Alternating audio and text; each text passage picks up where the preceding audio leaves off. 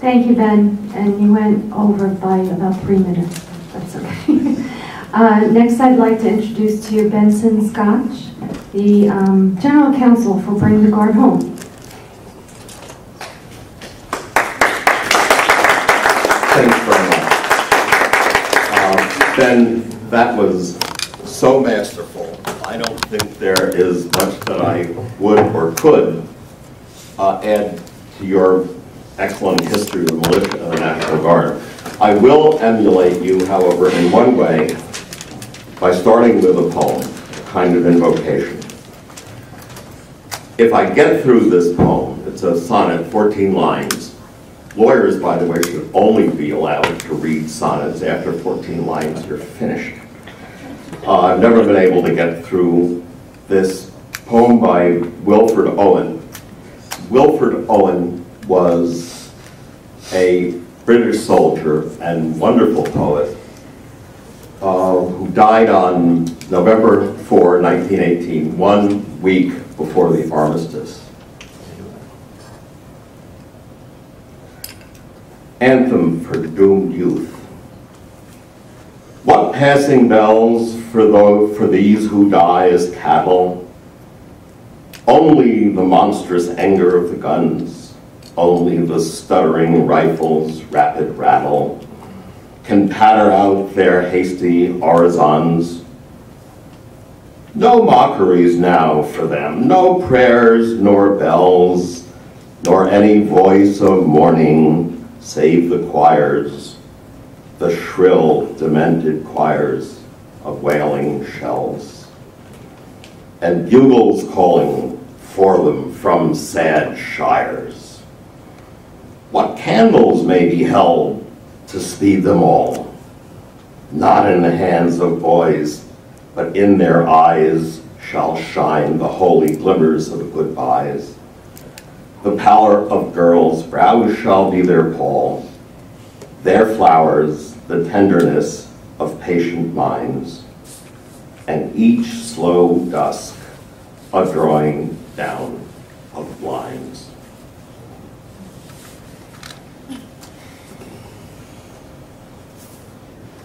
What I'm going to try to do at this point is kind of bring us all up to date, and let my 10 minutes start now. Don't count Wilfred Owen with them. Fair is fair. Equity between Bens is fair. And at this point, I just kind of want to bring the ethos up to date. People have come up to all the panelists and said things like, well, what is it we can do? We've heard expectations running from the idealistic to the cynical, and it seems to me that you all of you, are our one chance. And if it's before the federal building in Montpelier or in the halls of Congress, it's really important to know who decides about war. And let me make the point that one of the problems, I'm going to try to kind of, in 10 minutes, run through, well, it's sort of, my old friend Bud Trillin had a contest called the 19-second tour of the Louvre. You could wear sneakers, but you had to go by Wing Victory and the Mona Lisa to make it legal and get out the door in 19 seconds. That's what I want to try to do. And go over everything which in miniature, if you take a little bit of time with and spend some time with your legislators, state legislators, and with your Congress people, that is going to be necessary. Not only a history of where we've come militarily and knowledge of what's going on in Iraq, Afghanistan, and elsewhere, but who decides about war? So let's begin. Some of this you may have heard before today. Because 10 minutes are very short, I've learned in these presentations to start with my conclusions. And then when that big circle comes up, why, I can't be too bad off. And let me run through them very quickly. And you'll notice that in paragraph 1, one office is not included. The Congress, the federal courts, the states, and the public are not exercising the powers that they now have on questions of war and peace. That, I think, is the main message of this whole meeting. Congress must authorize every use of force. Several speakers have pointed that out. And a request for authorization has to be based on accurate information. It's been a theme of the Guard campaign all around that Congress can place conditions on authorizations, and those conditions ought to stick. The War Powers Act, which we've heard criticized as inadequate, as hasty, is still the law of the land, and probably needs to be reinforced and revitalized. I am happy to hold up, and there are copies of this outside on the table. I find this a quite masterful study, actually done by the Constitution Project with a situs right here at Georgetown, deciding to use force abroad, war powers, and a system of checks and balances. And I recommend it. I'm not going to take any part of my 10 minutes to go through it. There is a competing vision by two former Secretaries of State, James Baker and Warren Christopher, and it's really very short. Send the power to the White House, I think is the summation on the last page. So you have a tremendous opportunity to face Congress with questions like this, to become informed and to act.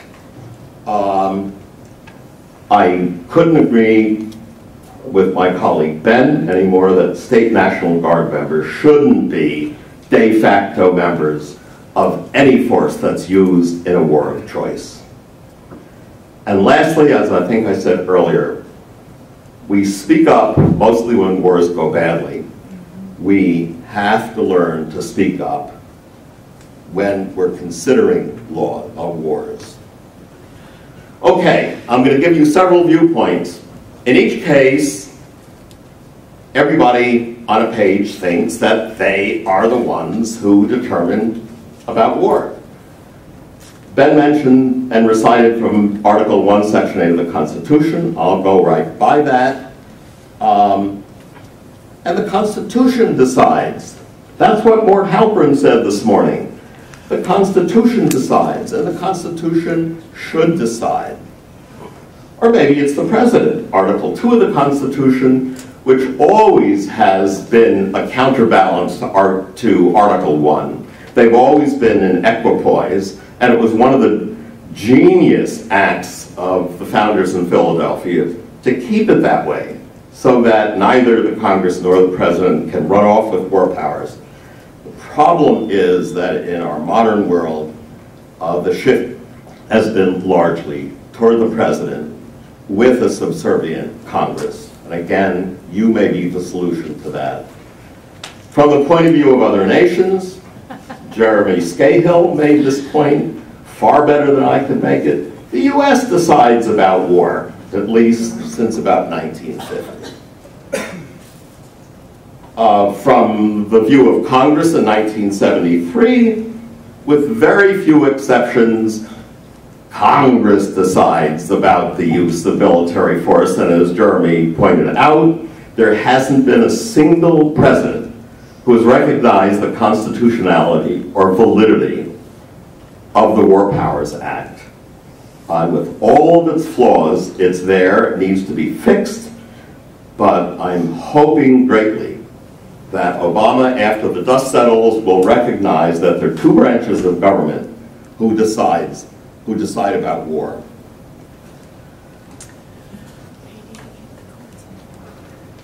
From the point of view of the federal courts, we have three branches of government. Where are the courts? The courts do not like what they call political questions. And you know, it's remarkable. The reason they don't like questions about war are pretty much the same reasons that members of Congress don't like to make decisions about war. Judges are really part of politics as well. They bend the rules a little where personal rights are involved. We've had the Hampden case, which I commend you to take a look at. And Article 51 of the Charter of the United Nations. The United Nations decides about war. Except they don't. And I think has been pointed out by several speakers, at least they don't without a little prodding from their good friend, the United States. I thought it would be very helpful, given the short time, if I did a masterful document, a single critical path map of how decisions about war and peace are made. Please do a little sketch of this. It'll only be on a minute. And there it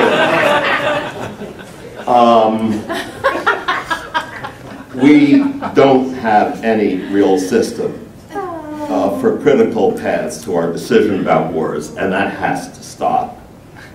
Okay, I want to end up, and a couple of speakers have touched on this, but I think it's really important.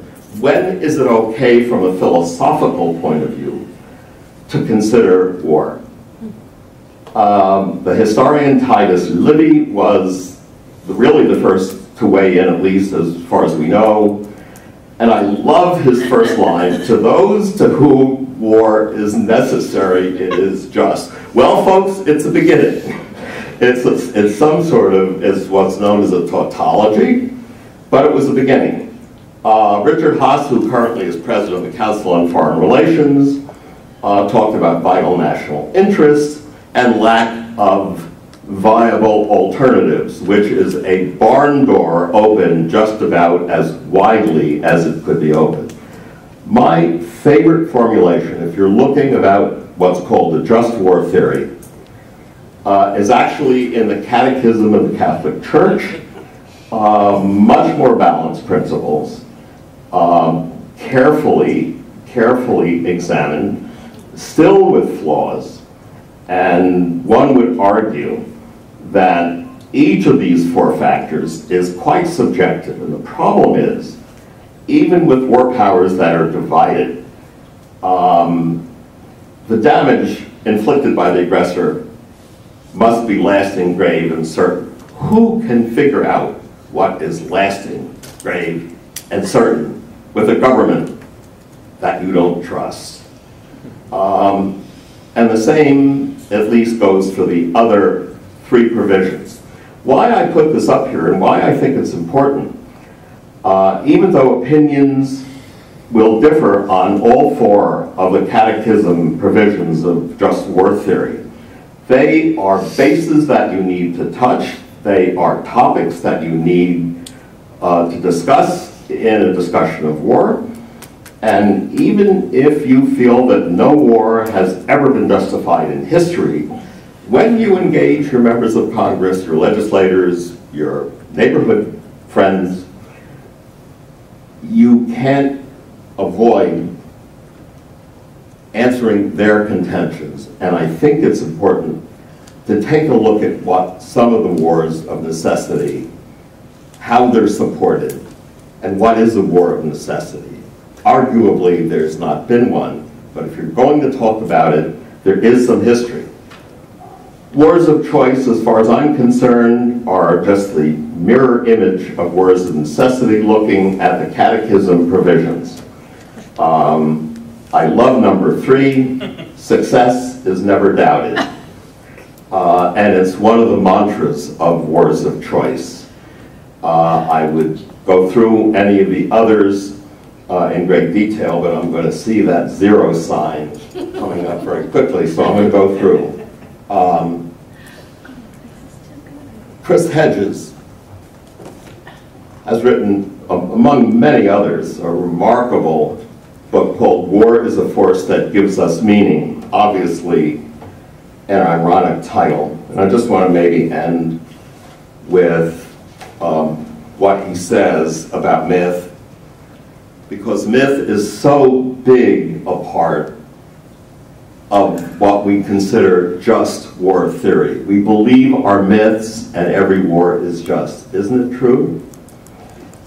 The potency of a myth is that it allows us to make sense of the mayhem and violent death. It gives a justification to what's often nothing more than gross human cruelty and stupidity. It allows us to believe we've achieved our place in human society because of a long chain of heroic endeavors, rather than accept the sad reality that we stumble along a dimly lit corridor of disasters. It disguises our powerlessness.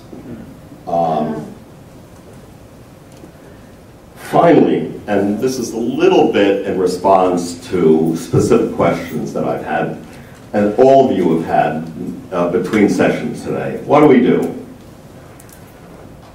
Last night there was some discussion about whether demonstrations alone would do the job. My prescription, which I think is maybe the center of gravity of a lot of discussion this weekend: assemble, congregate. Never, never stop agitating. Never stop standing in, sitting in when that is necessary. But don't give up on our beleaguered democracy, weakened as it may be, imperfect as it may be. We are not a failed state. Not so long as all of you are out there and spend your Saturday coming to a meeting like this. Only you folks can rewrite the myths of war. Thank you.